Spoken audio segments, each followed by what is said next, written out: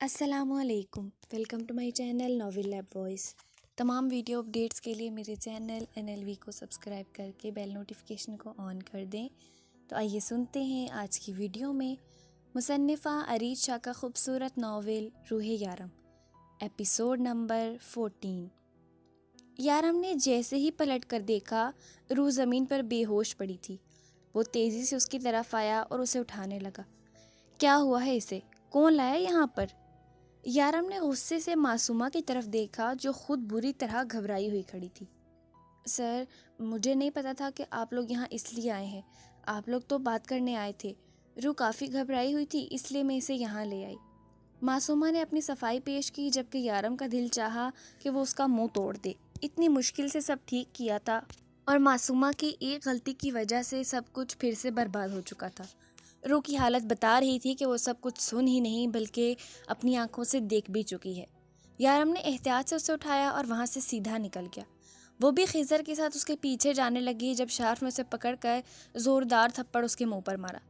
تم باتوں سے سدھرنے والی نہیں ہو معصومہ، تمہیں ٹریٹمنٹ کی ضرورت ہے۔ ڈیول کی ٹیم میں کام کرنے والے لوگ اتنی غلطیاں نہیں کرتے۔ اپنے منہ پہ ہاتھ رکھے معصومہ حیران اور پریشان نظروں سے شارف کو دیکھ رہی تھی، جبکہ اسے اس کی غلطی بتا کر سزا دے کر شارف یہ جا وہ جا ہو چکا تھا۔ وہ اسے سیدھا لے کر گھر آیا تھا۔ ڈاکٹر گھر پر ہی اسے چیک کر رہا تھا۔ شارف، خضر، معصومہ، لیلا، سب لوگ یہاں پر تھے۔ سب لوگ اپنی اپنی جگہ پریشان تھے، لیکن یارم کی حالت ان سب سے مختلف تھی۔ وہ ایک سیکنڈ کے لیے بھی آرام سے نہ بیٹھا بلکہ مسلسل ٹہل رہا تھا۔ وہ شاید آگے کے بارے میں جانتا تھا۔ کتنی مشکل سے اس نے روح کو اپنا اعتبار دلوایا تھا اور سب پر پانی پھر چکا تھا۔ معصومہ کتنی بار اس کے قریب آ کر معافی مانگنے کی کوشش کر چکی تھی۔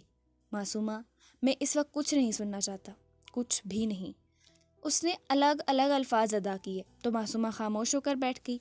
معصومہ جانتی تھی کہ شارف اس سے ناراض ہے۔ وہ پہلے سے اس پر بہت غصہ ہے۔ اب تک معصومہ نے جو اس کے ساتھ کیا اس کی وجہ سے شارف اس سے سیدھے منہ بات نہیں کر رہا تھا، لیکن پھر بھی معصومہ اتنی بڑی قصوروار نہ تھی۔ اس نے شارف کو کبھی نہیں کہا تھا وہ اسے چاہتی ہے یا اس سے شادی کرے گی۔ اس نے تو ہمیشہ شارف کے جذبات کو بھٹکنے سے روکا تھا۔ اس نے ہمیشہ یہی کہا تھا کہ وہ یہاں صرف اپنے باپ کی موت کا بدلہ لینے آئی ہے، نہ کہ گھر بسانے۔ جبکہ لیلا اب اپنا سارا وقت خضر کے ساتھ گزارتی تھی۔ وہ خضر کو سمجھنے لگی تھی۔ وہ بظاہر ایک دوسرے کے دوست ہی تھے، لیکن خضر کے اندر ایک امید جاگی تھی، کیا پتہ لیلا اس کی محبت کو قبول کر لے۔ جبکہ لیلا کو اب خضر کا ساتھ اچھا لگتا تھا۔ فارغ وقت میں وہ اکثر اکٹھے نظر آتے، یہاں تک کہ لیلا اب خضر کو اپنا بیسٹ فرینڈ بھی کہنے لگی تھی۔ روح کو ہوش آئے کافی وقت ہو چکا تھا، لیکن کسی میں بھی اتنی ہمت نہ تھی کہ اندر اس کے پاس جائے۔ میں جا کر بات کروں اس سے؟ لیلا نے کہا۔ نہیں، میں خود جاؤں گا، یارم نے دھیمی آواز میں کہا۔ تو پھر جاؤ اور بتاؤ اسے، اور اب مزید کوئی بھی جھوٹ بولنے کی ضرورت نہیں ہے۔ مجھے سمجھ میں نہیں آتا ڈیول، تم جھوٹ سے سب زیادہ نفرت کرتے تھے اور اپنی ہی محبت سے تم اس حد تک جھوٹ بول رہے ہو۔ خضر نے اس کے کندھے پر ہاتھ رکھتے ہوئے کہا۔ ہاں، کیونکہ میں اسے کھونے سے ڈرتا ہوں خضر، میں اس سے بہت پیار کرتا ہوں، میں اسے نہیں کھو سکتا۔ وہ کہتی ہے میں یہ سب کچھ چھوڑ دوں، لیکن میں یہ سب کچھ چھوڑ نہیں سکتا۔ جانے کتنے ہی لوگ ہیں جو یہ سوچ کر کرتے ہیں کہ اللہ ان کے لیے کسی نہ کسی کو ضرور بھیجے گا جو آ کر ان کی تکلیف دور کرے گا۔ میں ان لوگوں کی امید نہیں توڑ سکتا، لیکن روح سے بھی دور نہیں ہو سکتا۔ روح میری جان ہے، میں نہیں رہ سکتا اس کے بغیر۔ تمہیں پتہ ہے روح وہ واحد انسان ہے جسے میں بنا کسی غلطی کے سزا دے رہا ہوں۔ یارم اسے دیکھتے ہوئے اٹھا اور کمرے کے اندر جانے لگا۔ وہ کمرے میں آیا اور وہ بیڈ پر بالکل خاموش بیٹھی تھی۔ یارم اس کے قریب آ کر بیٹھا، وہ تب بھی کچھ نہ بولی، لیکن جب یارم نے اس کا ہاتھ تھامنے کی کوشش کی تو روح نے اپنا ہاتھ چھڑوا لیا۔ ہاتھ مت لگائیے مجھے، دھوکہ دیا ہے آپ نے۔ آپ ویسے ہی ہیں، بالکل بھی نہیں بدلے۔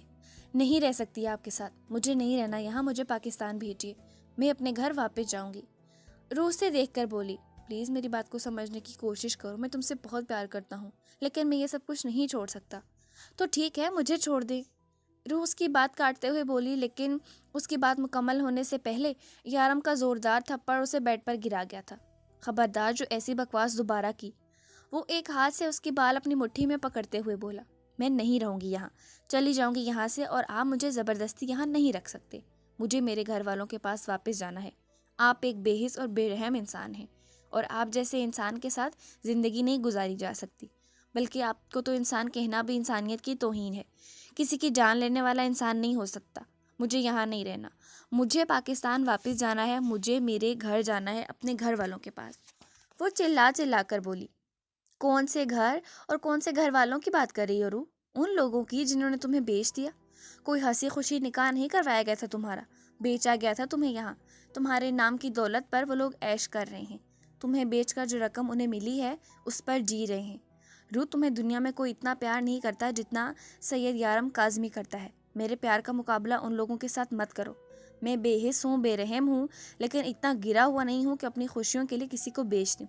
تمہیں اندازہ بھی ہے یہاں تمہارے ساتھ کیا کیا ہو سکتا تھا؟ جن لوگوں کے لیے تمہارے دل میں اتنی محبت ہے نا، وہ تم سے محبت نہیں کر سکتے۔ تمہیں بیچ کر اپنی زندگی سنوار چکے ہیں، وہ آگے بڑھ چکے ہیں۔ روح، یارم شروع میں جتنے غصے سے بولا تھا، اب اس کا غصہ اتنا ہی ٹھنڈا ہو چکا تھا۔ اس وقت وہ روح کا چہرہ تھامے محبت سے سمجھانے کی کوشش کر رہا تھا، کیونکہ روح کی سوچ ابھی تک وہیں رکی تھی کہ اسے بیچ دیا گیا تھا۔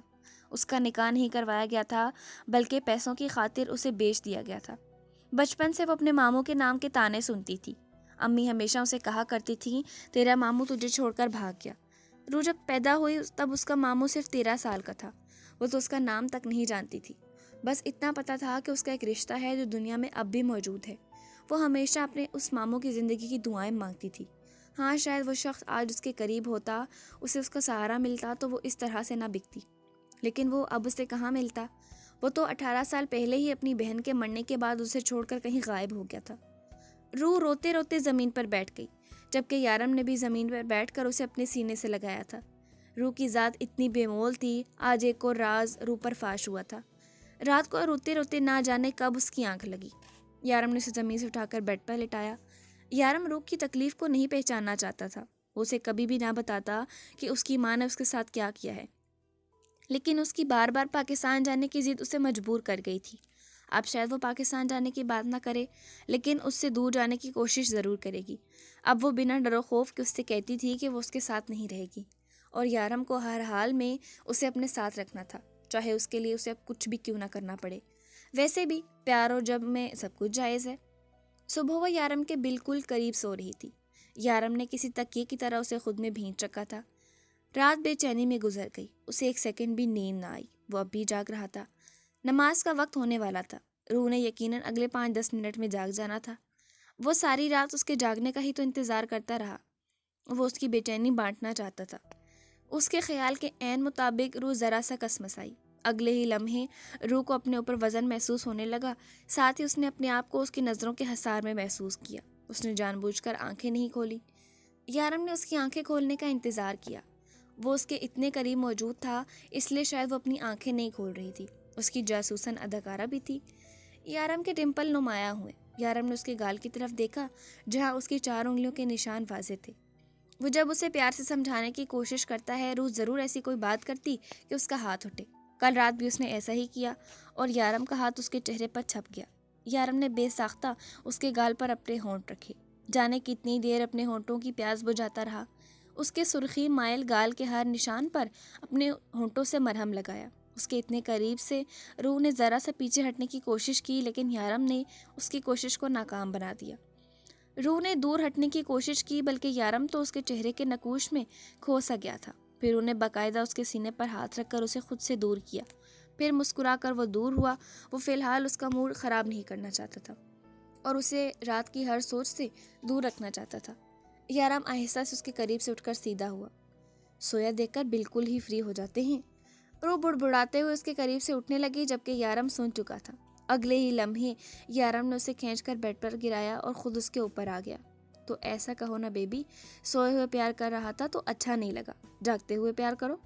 وہ اس کے لبوں پر جھکتے ہوئے بولا اور اس کی سانس روک گیا۔ جانے کتنی ہی دیر اس کے لبوں پر جھکا اپنے آپ کو سیراب کرتا رہا۔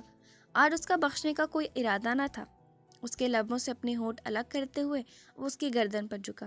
یارم پلیز، مجھے نماز ادا کرنی ہے۔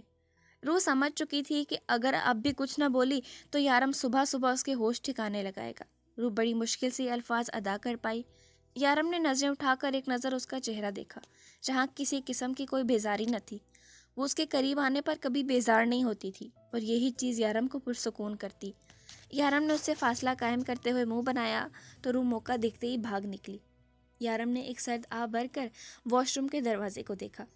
یارم کے جانے کے بعد روح پہلے پورے کمرے میں ٹہلتی رہی۔ یہ تو وہ سمجھ چکی تھی کہ یہ آدمی اسے یہاں سے نکلنے نہیں دے گا، اور اب وہ جاتی بھی تو کہاں جاتی؟ اس کی ماں نے تو اسے بیچ دیا، لیکن کیوں کیا؟ وہ اتنی بمول تھی۔ روح سوچتے ہوئے پھوٹ پھوٹ کر رونے لگی۔ وہ اس کی سگی ماں نہ تھی، لیکن وہ ماں تو تھی۔ ایک ماں اپنی بیٹی کے ساتھ اتنی گری ہوئی حرکت کیسے کر سکتی ہے؟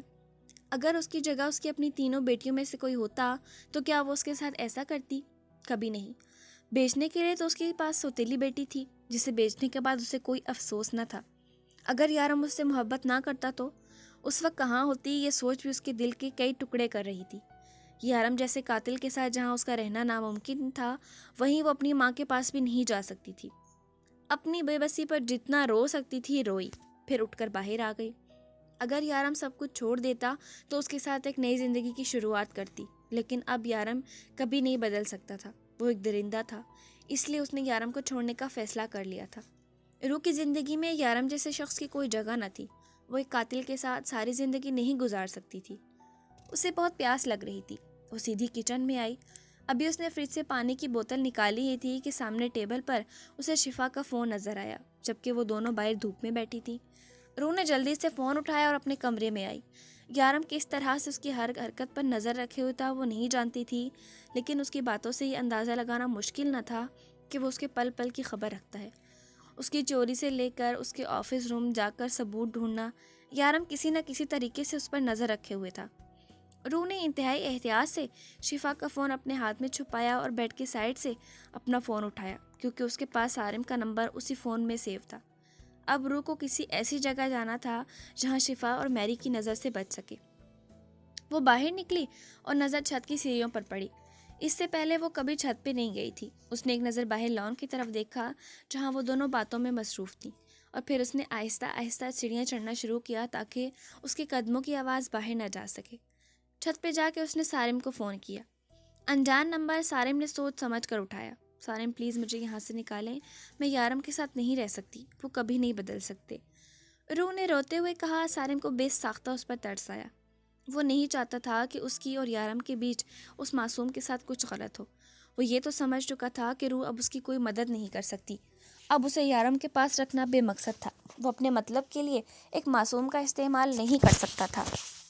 روح تم اس وقت کہاں ہو؟ میں لوکیشن ٹریس کر کے وہاں پہنچتا ہوں، تم بس وہاں سے نکلو، سارم نے اسے سمجھاتے ہوئے کہا۔ لیکن سارم میں یہاں سے کیسے نکلوں؟ میں تو چھت پہ ہوں، آپ سے چھپ کر بات کر رہی ہوں۔ باہر لان میں وہ دونوں بیٹھی ہیں، گاڑی کے قریب ڈرائیور کھڑا ہے، باہر دروازے پر چوکیدار ہے، میں یہاں سے نہیں نکل سکتی، روح نے روتے ہوئے کہا۔ اس کا مطلب تھا کہ روح کے ساتھ ہر وقت کوئی نہ کوئی تھا۔ چھت کے آگے پیچھے دیکھو، کہیں کوئی تو جگہ ہوگی نکلنے کی، سارم نے اسے سمجھا کر کہا۔ تو وہ چھت سے آگے پیچھے وہاں سے نکلنے کی جگہ ڈھونڈنے لگی۔ یہاں پر ایک چھوٹا سا دروازہ ہے جو باہر چھوٹی سی روڈ پہ کھلتا ہے، لیکن اس چھت سے بہت اونچائی پہ ہے، میں وہاں نہیں پہنچ سکتی، روح نے بے بسی سے کہا۔ روح فاصلہ اور اونچائی مت دیکھو، اگر تم یہ سب کچھ دیکھتی رہی تو وہاں سے کبھی نہیں نکل پاؤ گی، تمہیں ہمت کرنی ہوگی۔ میں تمہاری لوکیشن پر پہنچتا ہوں، تم اپنا پاسپورٹ، ویزا اور کارڈ اٹھا لاؤ اگر ممکن ہو تو۔ سارم فون بند کر چکا تھا۔ روح ہمت جمع کی اور ایک بار پھر سے وہ دروازہ دیکھا۔ وہ جلدی سے نیچے آئی، شفا کا فون احتیاط سے اسی جگہ پر رکھا جہاں سے اٹھا کر لے گئی تھی۔ وہ کمرے میں آئی اور کمرے کی سب کھڑکی دروازے بند کر دیے، پھر بیڈ پر لیٹ کر لائٹ آف کر دی۔ اس نے بڑی مشکل سے اندھیرے میں اپنا کارڈ، ویزا اور پاسپورٹ نکالا۔ سارم نے اسے کہا تھا کہ ضرور کمرے میں CCTV کیمرہ لگا ہے جس سے وہ ہر وقت تم پر نظر رکھتا ہے۔ اس نے سارم کے آئیڈیا کے مطابق ہی کام کیا تھا۔ وہ اپنی چیزیں اٹھا کر ایک بار پھر سے آ کر بیڈ پر لیٹ گئی۔ روح نے سارے کاغذ اچھے سے چھپائے اور لائٹ آن کر کے بیزار دیکھنے لگی تاکہ وہ یہ دکھانے میں کامیاب رہے کہ اسے نیند نہیں آ رہی اور وہ زبردستی سونے کی کوشش کر رہی ہے۔ پھر وہ منہ بناتی باہر نکل آئی اور ایک بار پھر سے چلتے پھرتے ایک بار سیڑھیاں چڑھنے لگی۔ وہ چھت پہ آئی اور اپنی ساری ہمت جمع کر کے آنکھیں بند کی اور چھت سے کود گئی۔ اچھی خاصی چوٹ لگی، رونا بھی بہت آیا، لیکن اس وقت اپنے رونے کا پلان کینسل کرتی وہ دروازے کی طرف آئی۔ کودنے کی وجہ سے جسم کا ایک ایک حصہ درد کرنے لگا تھا۔ وہ دروازہ کھول کر تیزی سے باہر کی طرف بھاگی، جہاں پیچھے اسے ایسا لگا کہ کوئی گاڑی اس کے پیچھے آ رہی ہے۔ پلٹ کر دیکھا تو سارم اپنی گاڑی کے ساتھ اس کے پیچھے آ رہا تھا۔ وہ بھاگ کر اس کی طرف آئی اور گاڑی میں بیٹھ گئی۔ روح تمہیں تو بہت زیادہ چوٹ لگی ہے، اس نے روح کی کلائی دیکھتے ہوئے کہا جہاں سے خون نکل رہا تھا۔ چوٹ بہت زیادہ لگی ہے، ہمیں پہلے ہاسپٹل چلنا ہوگا، سارم نے فکر مندی سے کہا، جبکہ وہ اپنے آنسو روکے صرف ہاں میں گردن ہلا گئی۔ یارم اپنے آفس میں آئے جہاں لیلا کو وہ بہت ہی ضروری کام دے کر گیا تھا۔ لیلا سب کچھ ٹھیک ہے نا؟ وہ اس کے قریب آ کر پوچھنے لگا جو اس کی سیٹ پر بیٹھی تھی۔ اسے دیکھتے ہی اٹھ کھڑی ہوئی۔ ہاں ڈیول، سب کچھ ٹھیک ہے۔ روح نے پہلے سونے کی کوشش کی مگر اسے نیند نہیں آئی، تو پھر آگے پیچھے گھومنے لگی اور اب وہ چھت پر ہے۔ میرے خیال سے اسے اس وقت تک اب کر چپا چپا یاد ہو چکا ہوگا، لیلا نے مسکرا کر کہا۔ یارم اپنی سیٹ پر بیٹھ کر اسے دیکھنے لگا۔ اسے وہ کہیں بھی نظر نہ آئی۔ شاید وہ چھت پر تھی اور چھت پر کوئی CCTV کیمرہ نہیں لگا تھا۔ اس نے شفا کو فون کر کے روح کو دیکھنے کا کہا، کیونکہ چھت پر کوئی ایسی چیز نہ تھی جسے وہ نظارہ بنا کر دیکھ سکتی۔ تھوڑی دیر کے بعد شفا نے گھبرا کے فون کر کے بتایا کہ روح گھر پر کہیں نہیں ہے۔ میں تمہیں اس کے لیے معاف نہیں کروں گا سارم، یارم نے مٹھیاں بھیجتے ہوئے کہا۔ خیزر، مائرہ کو اٹھا لاؤ، اب سارم کو میں اسی کے طریقے سے سمجھاؤں گا۔ یارم نے غصہ کنٹرول کرنے کی کوشش نہیں کی۔ یارم کے حکم کے مطابق خیزر نے مائرہ کو اسکول سے پک کیا اور اپنے ساتھ لے آیا۔ اسکول والوں کو منانا خیزر کے لیے مشکل تھا کیونکہ وہ آسانی سے اسے اس کے ساتھ نہیں بھیج رہے تھے، لیکن خیزر کے لیے اتنا بھی مشکل نہ تھا۔ اس نے صرف اپنے پستول کی نوک پرنسپل کے سر پر رکھی اور اب مائرہ اس کے ساتھ تھی، لیکن یارم نے اسے اپنے آفس میں لانے کے بجائے سائٹ پر لانے کو کہا تھا۔ وہ ہمیشہ سے ہی یارم کے دماغ کو سمجھ نہیں پاتا تھا۔ وہ ہمیشہ آدھی بات کرتا تھا اور آج بھی یہی ہوا۔ یارم نے آدھی بات کر کے اسے حکم دیا جس کی اس نے تکمیل کر دی۔ اب وہ آگے کیا کرنا چاہتا تھا اس بارے میں اسے کچھ بھی پتہ نہ تھا۔ مائرہ کو لے کر سائٹ پر پہنچا تو یارم فیاض کے ساتھ تھا۔ فیاض سارم کا سب سے بڑا دشمن تھا کیونکہ فیاض کے بھائی حیدر کو سارم نے گولی ماری تھی۔ بروقت علاج نہ ہونے کی وجہ سے اس کی ٹانگ کاٹ دی گئی اور وہ ساری زندگی کے لیے معذور ہو گیا۔ اب وہ کسی بھی طرح سارم سے بدلہ لینا چاہتا تھا، لیکن اس معاملے میں کوئی بھی اس کا ساتھ نہیں دے رہا تھا۔ سارم کبھی میرا دوست تھا لیکن آج وہ میرا دشمن ہے۔ اس نے دوست ہو کر میرے سینے میں خنجر گھونپا ہے۔ میں اسے کبھی معاف نہیں کر سکتا۔ وہ میرے سارے اصولوں سے واقف ہے۔ اسے پتہ ہے کہ میں اپنے مطلب کے لیے کبھی اس کی بیٹی کا استعمال نہیں کروں گا۔ اسے یقین ہے کہ میں اس کی بیٹی کا کچھ نہیں بگاڑ سکتا، لیکن تم اس کی بیٹی کے ساتھ کچھ بھی کر سکتے ہو۔ تم چاہو تو اسے اپنے بھائی کا بدلہ لے سکتے ہو۔ تم سارم سے اپنا بدلہ پورا کر سکتے ہو۔ یہ سارم کی بیٹی ہے۔ یارم نے دور سے آتے مائرہ کی طرف اشارہ کیا۔ میں اس کی بیٹی کو نقصان پہنچاؤں گا یہ بات وہ کبھی نہیں مانے گا اور میرا مقصد پورا نہیں ہوگا۔ وہ میری بیوی کو میرے خلاف کر کے اپنے ساتھ لے گیا ہے۔ اب جب تک وہ میری بیوی کو واپس میرے حوالے نہیں کرتا تم اسے اس کی بیٹی نہیں دو گے، یارم نے حکم دیا تھا۔ اور تمہیں کیوں لگتا ہے میں تمہاری بات مانوں گا؟ یہ بھی تو ہو سکتا ہے میں اس کی بیٹی کو ہی مار ڈالوں، سارم کو اس کی بیٹی بھی نہ ملے اور تمہاری بیوی بھی نہ ملے اور میں اپنے بھائی کا بدلہ بھی لے لوں۔ فیاض نے ہنستے ہوئے کہا، نہیں فیاض، تم مجھے ڈبل کراس نہیں کر سکتے، کیونکہ اپنے بھائی کا بدلہ لینے کے لیے تمہارے پاس تمہارا بھائی بھی ہونا چاہیے۔ کیا مطلب ہے تمہارا؟ یارم کی بات سن کر فیاض اٹھ کر کھڑا ہو گیا۔ مطلب یہ ہے کہ یارم کبھی کچی گولیاں نہیں کھیلتا۔